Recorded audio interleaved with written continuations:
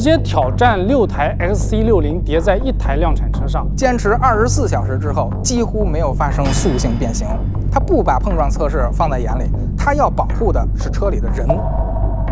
真的堪称路上坦克。看懂汽车工艺，辣手摧车解析。大家好，我是 Leach。谢邀，我是 Leach。今天我们又来到了拆车实验室。目前在我左手边的是乘重车拆解出来的白车身，在我右手边的是 XC60未经挤压的白车身。美国的 IIHS 和中国的 CRASI 都有对量产车进行车顶静压试验，其目的是测试车辆的载荷质量比。载荷质量比是用压力机对车顶进行载荷测试，塑性变形达到一定程度后，取峰值载荷与车重的比值，就是载荷质量比。IIHS 认定载荷质量比 3.25 到4为良好，4以上为优秀，极少的车型可以达到5到6。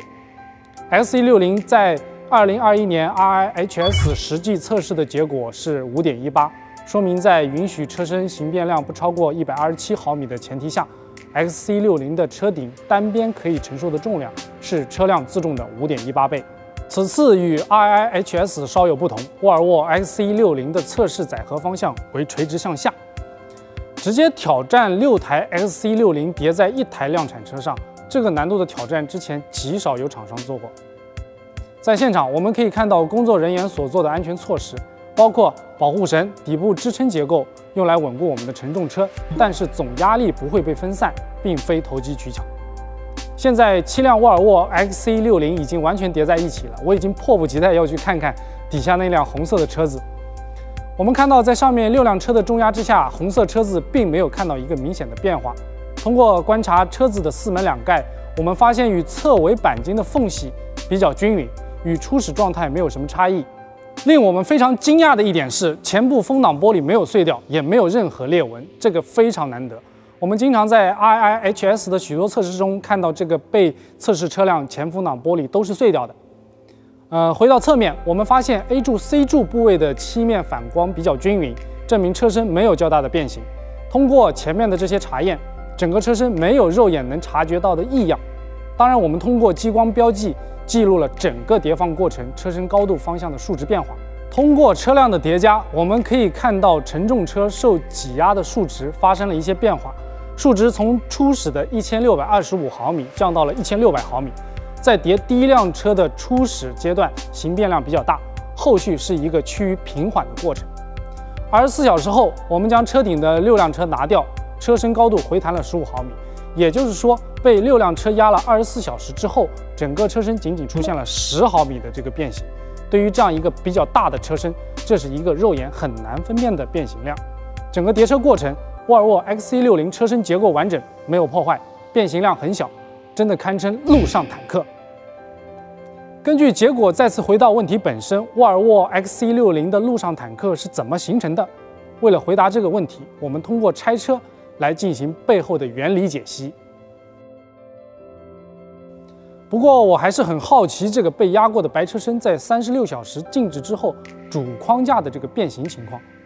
我们将其与正常白车身同样位置的焊点进行了对比，两者竟然完全相同。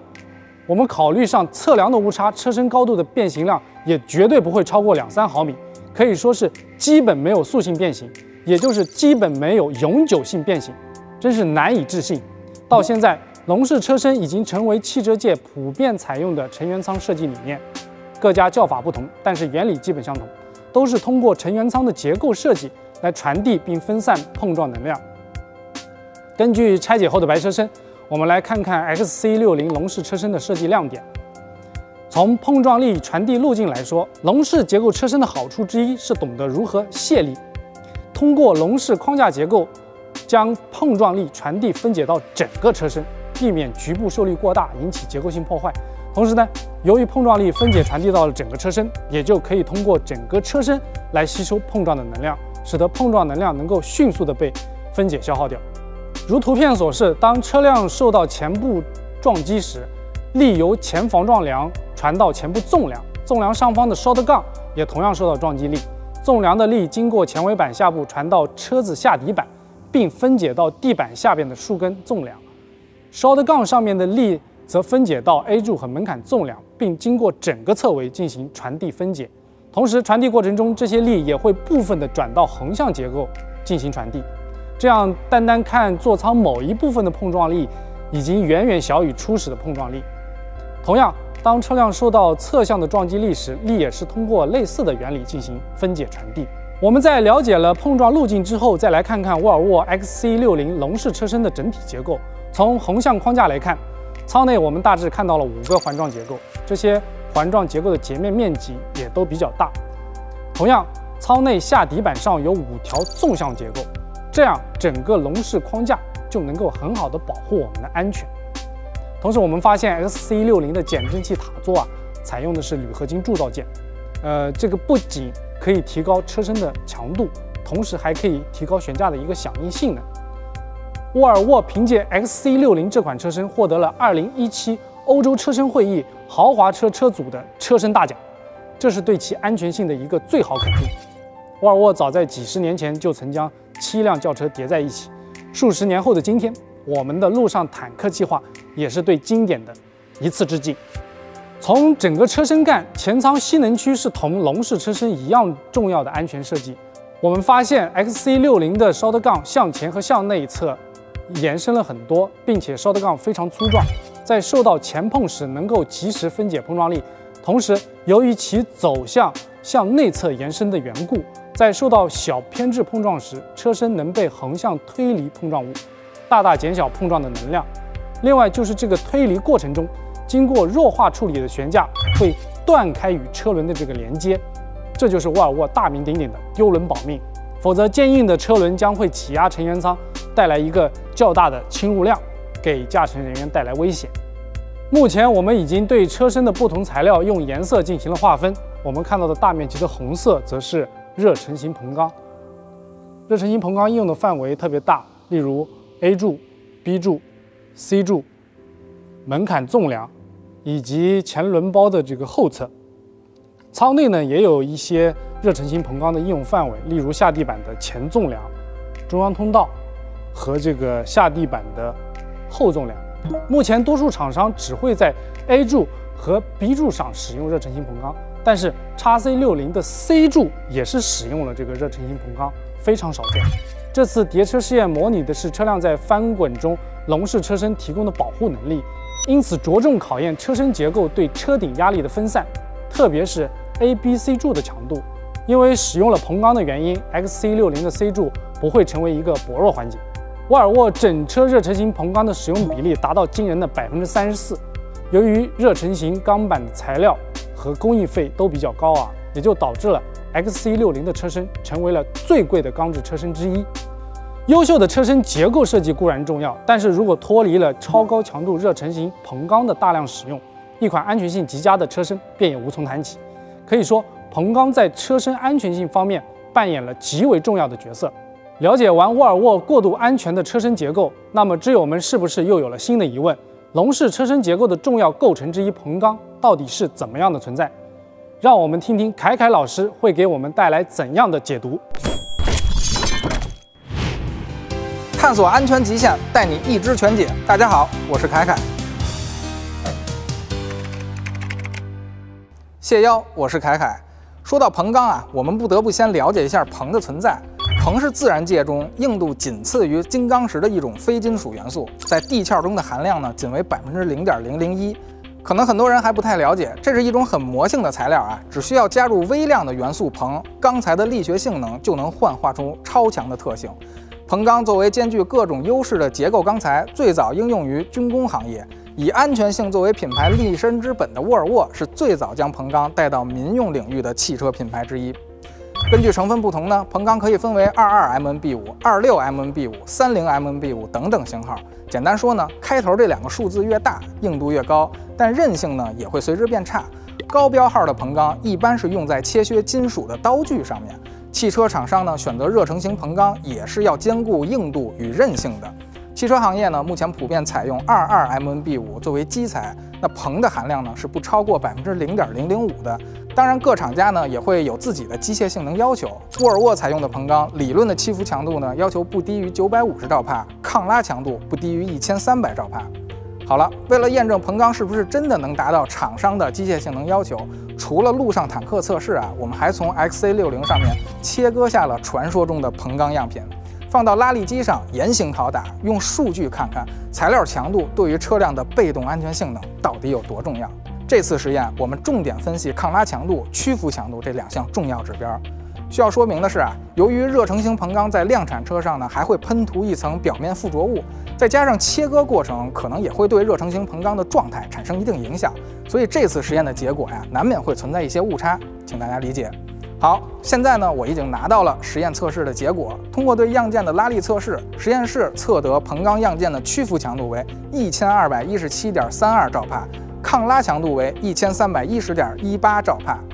我们事先已经查到，沃尔沃对 XC60 热成型硼钢的屈服强度和抗拉强度要求分别是950兆帕和1300兆帕，不低于这2个数字才能用到 XC60 的白车身上。也就是说呢，实车样件测试的结果满足沃尔沃的强度标准要求。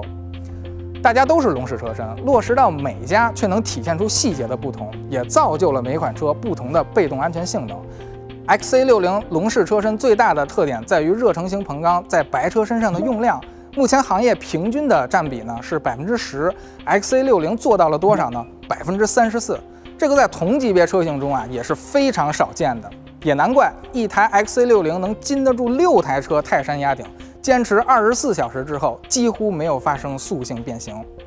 既然热成型硼钢性能这么好，为什么汽车厂商不大规模的采用呢？其实主要还是成本。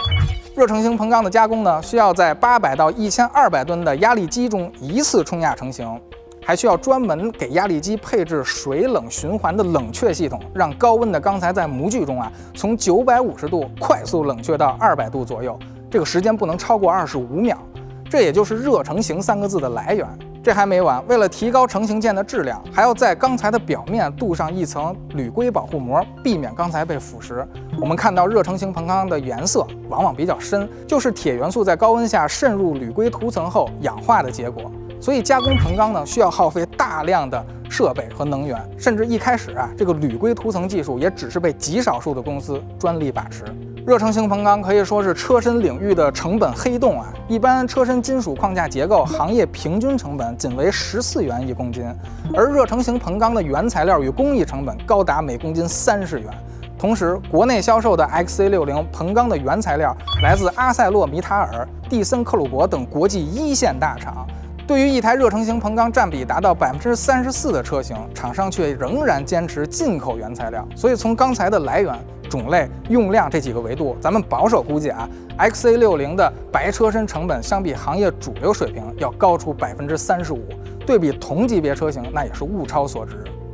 除了这些设计和用料的特点以外呢，在制造端，沃尔沃中国工厂每30天会定期抽取一台焊接完毕的白车身做撕裂实验。通过电动机械臂将车身的一侧直接撕开，对5789个焊点逐一的做撕裂测试，检查是否符合强度标准。撕裂实验室算得上沃尔沃工厂的特色了。这种每月例行的自残行为啊，只能说沃尔沃是把安全做到了偏执的程度。很多人不知道，1990年，沃尔沃在纽约成立了生命奇迹俱乐部。进入这个俱乐部的条件极为苛刻：第一，得是沃尔沃的车主；第二，发生过重大的交通事故；第三，在事故之后，车主又购买了一台沃尔沃汽车，此时才有资格加入生命奇迹俱乐部。到现在，生命奇迹俱乐部已拥有超过1500名会员，他们都在惨烈的交通事故中幸免于难，并再次选择了沃尔沃汽车。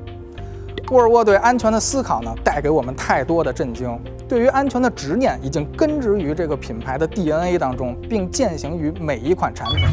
当 IIHS 第一次突击测试25%偏置碰撞的时候，一众车企纷纷折戟沉沙。沃尔沃是极少数一次轻松通过测试的品牌，它不把碰撞测试放在眼里，它要保护的是车里的人。关于更多汽车的话题，欢迎知友们在社区继续讨论，也欢迎持续关注我们知乎汽车，关注拆车实验室，有问题就会有答案，大不了拆给您看。